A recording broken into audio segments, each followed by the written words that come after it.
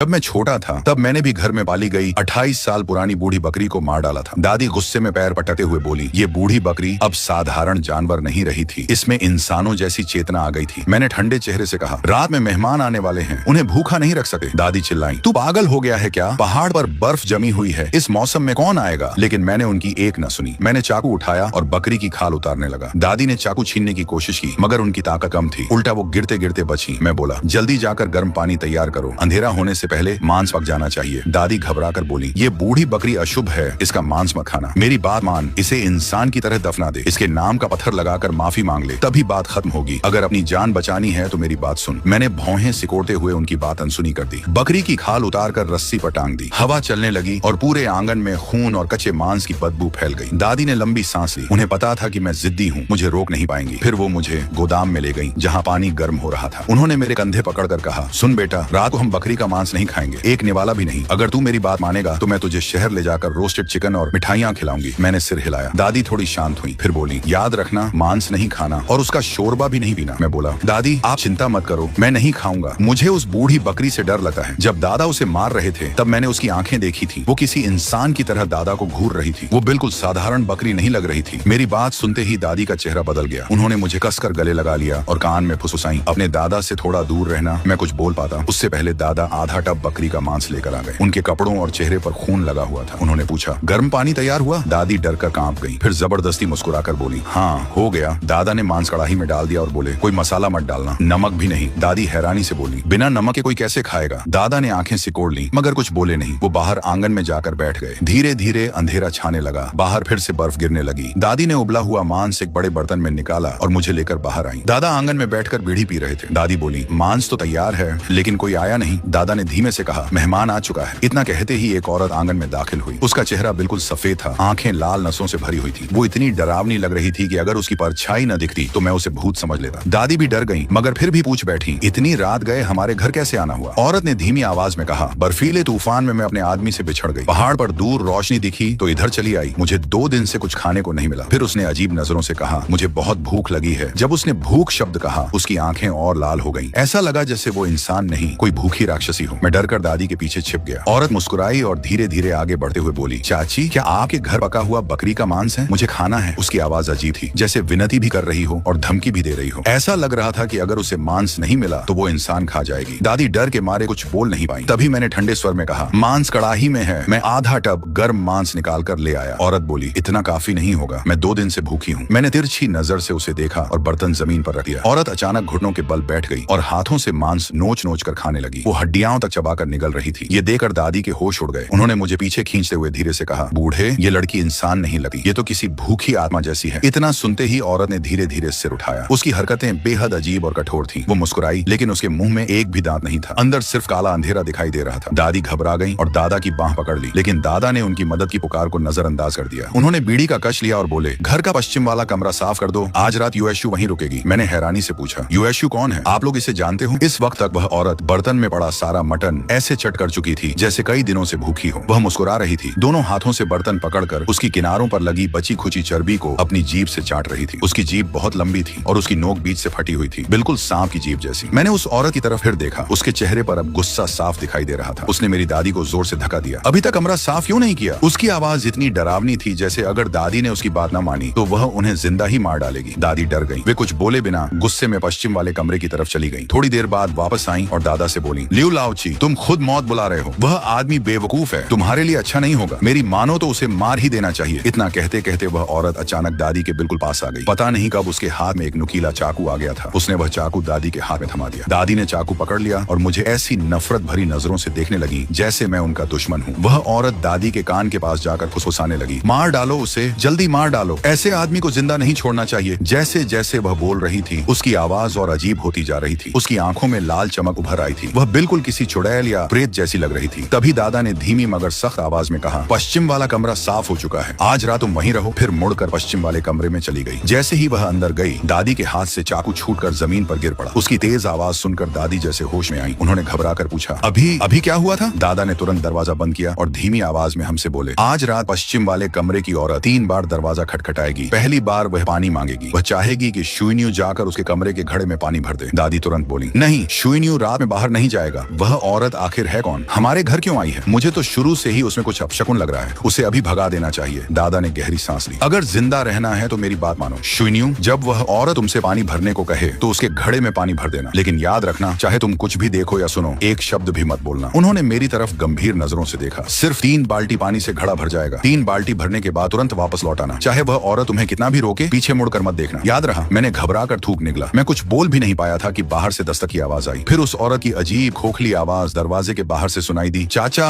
मुझे प्यास लगी है, घड़े में पानी नहीं है, क्या शुइन्यू मेरे लिए थोड़ा पानी भर देगा? दादी का चेहरा एकदम सफेद पड़ गया। उन्होंने मुझे कसकर पकड़ लिया। चाहे दादा कितना भी समझाते, वे मुझे छोड़ने को तैयार नहीं थी। दादा ने दांत भींचकर कहा, अगर शुइन्यू नहीं गया तो वह औरत खुद अंदर आ जाएगी। दादी चीख पड़ी, तुम्हारा जमीर मर गया है क्या? शुइन्यू हमारा पोता है। बाहर वाली औरत साफ तौर पर इंसान नहीं लगती, फिर भी तुम उसे मौत के मुंह में भेज रहे हो। बाहर से फिर वही आवाज आई, लेकिन इस बार उसमें गुस्सा साफ झलक रहा था। चाचा, मुझे बहुत प्यास लगी है, जल्दी शुइन्यू को भेजो। दादा का चेहरा तनाव से भर गया। उन्होंने मुझे दादी की गोद से लगभग खींच लिया। शुइन्यू, जो मैंने कहा है उसे याद रखना। इतना कहकर उन्होंने मुझे गोद से नीचे उतारा, पूर्व वाले कमरे का दरवाजा खोला और मुझे बाहर धक्का दे दिया। बाहर ठंडी हवा चल रही थी। अचानक उस औरत का हाथ मेरे कंधे पर आ टिका। वह नीचे झुकी और मुस्कुराकर बोली, शुइन्यू, तुम्हारी उम्र क्या है? उसके मुंह से सड़ी हुई बकरी जैसी बदबू आ रही थी। वह मुझे घूर रही थी। मेरे पैर कांपने लगे। मैं डर के मारे जमीन पर बैठ गया। वह फिर मुस्कुराई, शुइन्यू, तुम्हारी उम्र क्या है? वह जानबूझकर मुझे बोलने पर मजबूर कर रही थी। मैंने तुरंत अपने दोनों हाथों से मुंह बंद कर लिया। जैसे ही उसने देखा कि मैं जवाब नहीं दूंगा, उसके चेहरे की मुस्कान गायब हो गई। वह ठंडी डरावनी नजरों से मुझे घूरने लगी। मेरे पूरे शरीर में सिहरन दौड़ गई। मैंने अपना चेहरा दूसरी तरफ मोड़ लिया ताकि उसकी शक्ल न देखनी पड़े। मैं किसी तरह उठकर कुएं की तरफ बढ़ा, लेकिन जैसे ही मैं कुएं के पास पहुंचा, पीछे से किसी ने मेरे कंधे को पकड़ लिया। इतनी जल्दी क्या है? पहले मेरे कमरे में चलो, मैं तुम्हें मिठाई दूंगी। डर मत, मैं तुम्हें नुकसान नहीं पहुंचाऊंगी। मेरा दिल जैसे गले में आकर अटक गया। पूरे शरीर से पसीना बह रहा था, कपड़े तक भीग चुके थे। वह औरत फिर धीरे से बोली, शुइन्यू, मेरे हाथ में दूध वाली टॉफियां हैं, बस एक बार पीछे मुड़कर देखो। मैंने उसकी बात अनसुनी कर दी और बाल्टी कुएं में फेंक दी। जब उसने देखा कि मैं उसकी तरफ ध्यान नहीं दे रहा तो वह मेरे बिल्कुल सामने आ खड़ी हुई। मैंने घबरा कर अपनी आंखें कसकर बंद कर ली, क्योंकि मुझे डर था अगर मैंने उसका चेहरा देख लिया तो शायद मैं जिंदा नहीं बचूंगा, क्योंकि अभी अभी मैंने उसी चेहरे को कुएं के पानी में देखा था। वह चेहरा सड़ा गला और टेढ़ा मेढ़ा था। मैं रोज पानी भरने की आदत के सहारे आंखें बंद किए ही बाल्टी ऊपर खींच लाया, फिर बाल्टी उठाकर पश्चिम वाले कमरे की तरफ चल पड़ा। औरत भी मेरे पीछे पीछे आ रही थी। शुइन्यू, कमरे में अंधेरा है, क्या मैं तुम्हारे लिए दिया जला दूं? वह लगातार मुझे बातों में फंसाने की कोशिश कर रही थी। मैंने दांत भींचे और पानी की बाल्टी लेकर पश्चिम वाले कमरे में घुस गया। कमरा पूरी तरह अंधेरे में डूबा था। मैं सिर्फ याददाश्त के सहारे टटोलते हुए आगे बढ़ रहा था, लेकिन जो दूरी आमतौर पर कुछ कदमों की होती थी, आज वह किसी अंतहीन खाई जैसी लग रही थी। मैं बहुत देर तक चलता रहा, मगर पानी के घड़े तक नहीं पहुंच पाया। मैं बुरी तरह डर चुका था। तभी पीछे से फिर उस औरत की आवाज आई, शुइन्यू, मुझे बहुत प्यास लगी है, मुझे थोड़ा पानी पिला दो। लेकिन मुझे पहले ही बताया गया था कि पूरे 3 बाल्टी पानी भरने के बाद ही घड़ा पूरा होगा और बाल्टी का पानी उसे बिल्कुल नहीं देना है। मैंने कोई जवाब नहीं दिया और कमरे में टटोलता रहा। अचानक मेरे हाथ स्विच पर पड़े। जैसे ही मैंने बत्ती जलाई, कमरा रोशनी से भर गया और तभी मैंने देखा वह औरत पानी के घड़े पर बैठी मुझे घूर रही थी। उसकी आंखों में ऐसी नफरत थी जैसे वह मुझे जिंदा निगल जाना चाहती हो। मैंने हिम्मत जुटाई, घड़े के पास गया और पानी उसमें उड़ेल दिया, फिर बाल्टी लेकर वापस आंगन में आ गया। इस बार वह मेरे पीछे नहीं आई। मैंने दूसरी बाल्टी भरी और कमरे में पहुंचा। वह वहीं खड़ी ठंडी नजरों से मुझे देख रही थी। मैंने दूसरी बाल्टी का पानी भी घड़े में डाल दिया और तुरंत तीसरी बाल्टी भरने चला गया। जब मैं तीसरी बाल्टी लेकर लौटा तो औरत बाहर आ चुकी थी, लेकिन इस बार वह मेरे पीछे नहीं आई। उसने कपड़े सुखाने वाली रस्सी से एक भेड़ की खाल उतारी और उसे लेकर पश्चिम वाले कमरे में चली गई। मैं ज्यादा सोच नहीं पाया और उसके पीछे चला गया। जब मैंने तीसरी बाल्टी का पानी घड़े में डाल दिया और जाने लगा तो उसने मेरा रास्ता रोक लिया। शुइन्यू, मत जाओ, मैं इस भेड़ की खाल से तुम्हारे लिए गर्म कपड़े सी दूंगी, छू कर देखो कितनी मुलायम है। उसने खाल मेरी तरफ बढ़ाई और चाहा कि मैं उसे हाथ लगाऊं। मैंने दोनों हाथ पीछे कर लिए और 2 कदम पीछे हट गया। फिर मिट्टी के चबूतरे पर चढ़कर खिड़की से भागने की कोशिश की, लेकिन उसने मेरे टखने को कसकर पकड़ लिया। शुइन्यू, मत जाओ, यहीं रहो। अब उसकी आवाज भारी और डरावनी हो चुकी थी। मेरे पूरे शरीर में सिहरन दौड़ गई। मैं उसे और भड़काने की हिम्मत नहीं कर पाया और चुपचाप नीचे उतर आया। मेरे उतरते ही वह साफ तौर पर खुश हो गई। उसने भेड़ की खाल मेरे ऊपर डाल दी और हल्का सा मुस्कुराई, लेकिन उसकी मुस्कान इतनी अजीब और डरावनी थी कि मैं कांप उठा। अगले ही पल उसने मुझे अपनी बाहों में भर लिया और धीरे धीरे मेरी पीठ थपथपाने लगी। शुइन्यू, मैं तुम्हारी माँ हूँ, बस एक बार मुझे माँ कह दो, फिर माँ तुम्हें अपने साथ ले जाएगी। ये कहते समय उसकी आवाज बेहद नरम थी। उसका चेहरा जो अभी तक नफरत से भरा था, अब दुख और बेबसी से भर गया था। उसकी आंखों से आंसू लगातार बह रहे थे। वह सचमुच दयनीय लग रही थी। मैंने जन्म से कभी अपनी माँ को नहीं देखा था। मुझे हमेशा दादा दादी ने पाला था, लेकिन पता नहीं क्यों मुझे लग रहा था जैसे मैंने ये दृश्य पहले भी सपने में देखा हूँ। जैसे आज जो कुछ हो रहा है वह सब मैं पहले देख चुका हूँ। शुइन्यू, होश में आओ, माँ ने तुम्हें ढूंढने के लिए बहुत मेहनत की है, बस एक बार जवाब दे दो, फिर माँ तुम्हें अपने साथ ले जाएगी। कुछ तो कहो।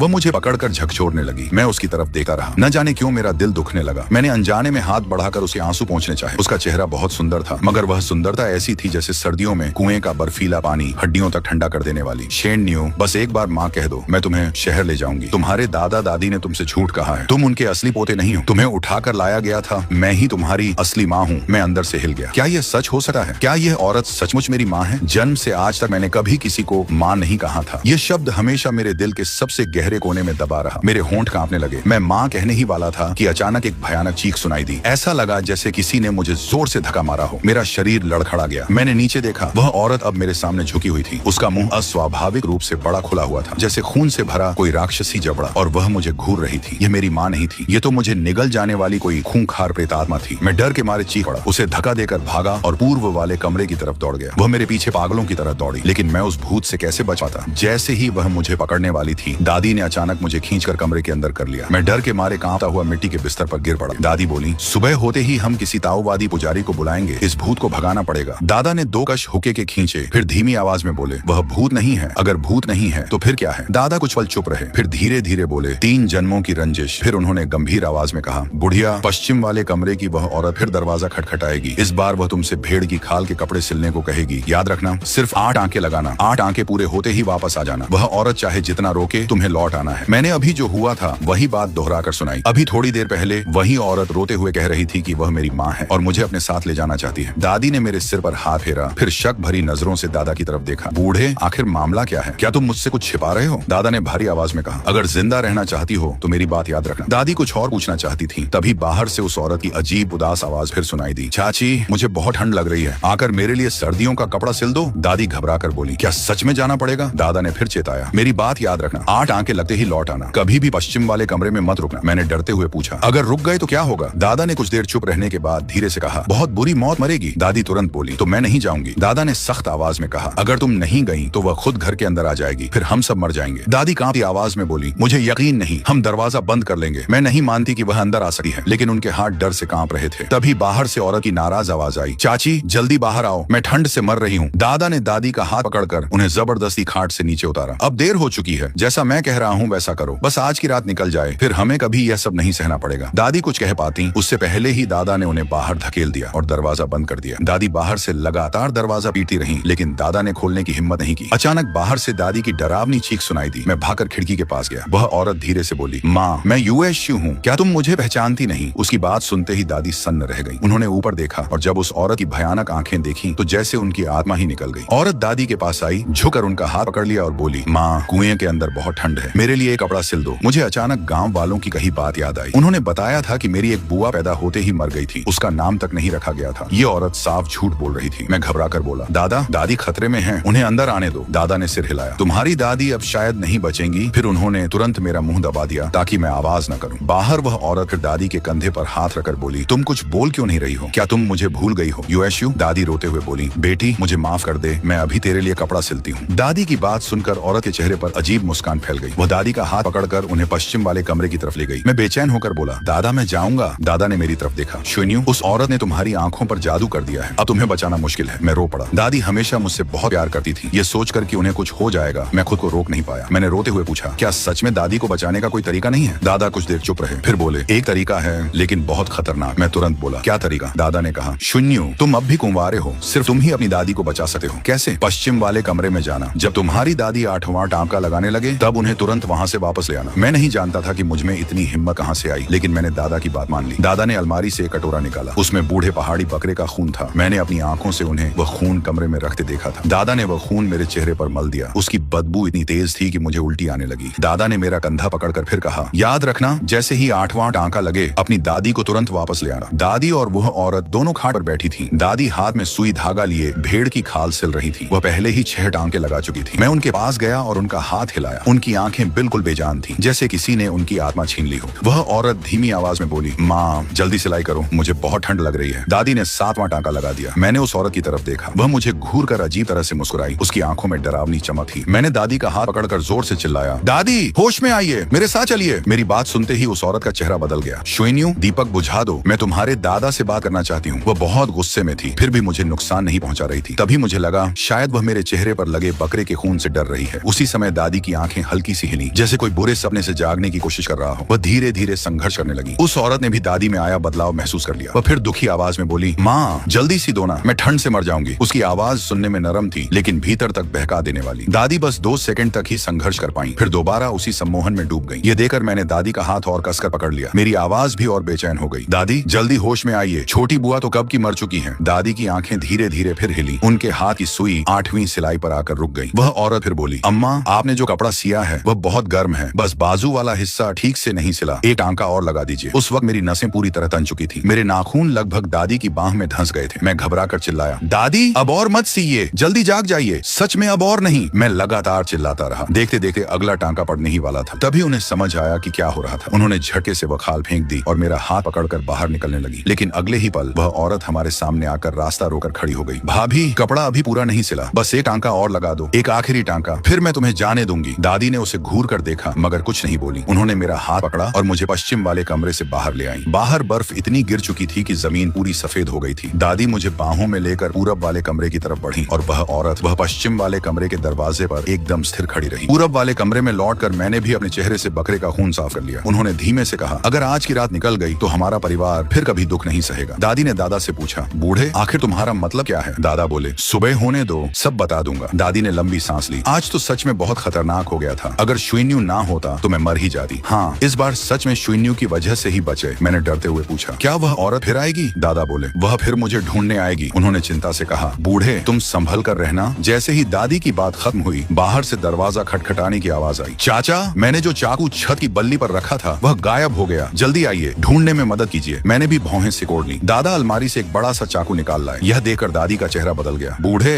तुम ये क्या करने जा रहे हो? ऐसी और वीडियो देखने के लिए चैनल को सब्सक्राइब करें और एक प्यारा सा कमेंट जरूर करें। Thanks for watching.